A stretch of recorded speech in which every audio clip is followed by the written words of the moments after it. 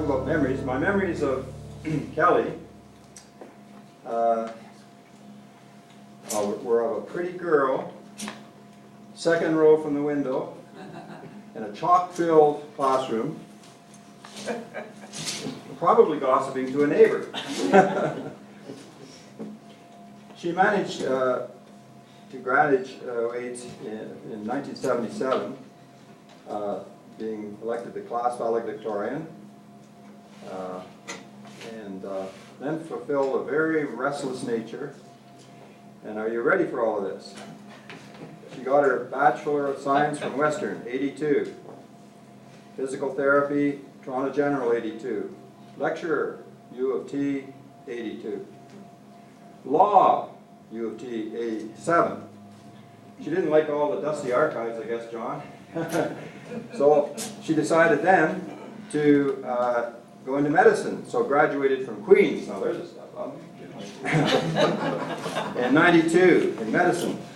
Then went on to radiation oncology, Queen's, in 97. Then, like her fellows, she went to the United States and went to the Sloan Kettering Cancer Institute in New York, New York. She was an instructor in Philadelphia in 02. She was an assistant professor in New Hampshire in 06. Started her career into the high country and the wilderness again. Because then she went to Oregon, radiation oncology in Oregon, 07. That's a great state. I would like to go there. It's one of the few I haven't been to. Anyway, she still stayed in the mountains. She's director of a cancer institute in Montana. I had to find that in internet. Oh, and she managed to marry and have a boy, 8 years old, Matthew John, and you know, she managed to do that.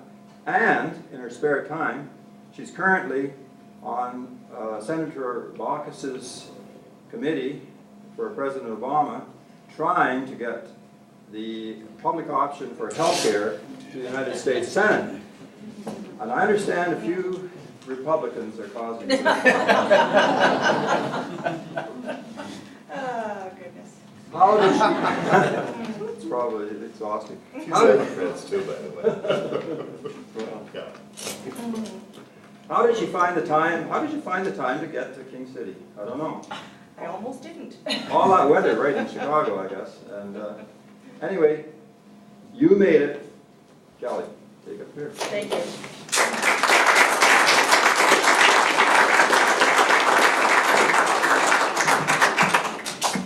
Well, first of all, congratulations to my fellow panel members on outstanding careers, and I hope you guys have enjoyed the ride as much as I have, and I suspect you have. And thank you all to my old teachers who've come back. Very nice to see old faces. Nice to see Doug, who was actually in my graduating class. And thank you to my family. I'd like to acknowledge my mother, Jane, who is a long-term politician in this community, and genetics play a large part in one's success in life, and there's absolutely no doubt that I was the beneficiary of some very strong genes on both my mother and father's side. And with Mom, of course, is her father, my beloved grandfather, Glenn, who just celebrated his 96th birthday.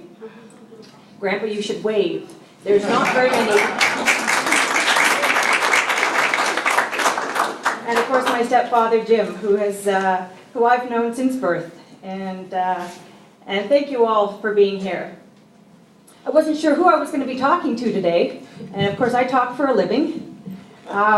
Much of my career was spent in academic medicine as a teacher, lecturer, and I thought perhaps the students would be here and I was going to give them some advice, but the advice I can give everyone comes from my patients. As an oncologist who literally deals in life and death on a daily basis, it's extremely important to cherish every day that we are given, because we just don't know when it's all going to end. And I have really learned that well from all of my patients. The oldest man in the world lives in Great Falls, Montana, which is my home. And he's still free and giving advice. Many of my patients are in their 80s and 90s, so there's clearly something to the air and water in Great Falls. But they remind me on a daily basis the importance of living well and living successfully. I have walked the halls of some of the more prestigious places in cancer care in the United States. Some might say that that was a true measure of success. My success is getting up in the morning and absolutely loving what I do, the people I do it with, and having an outstanding husband and son. And my success is hiking in the mountains of Glacier National Park with my satellite phone in the event that someone needs me back in Great Falls, Montana.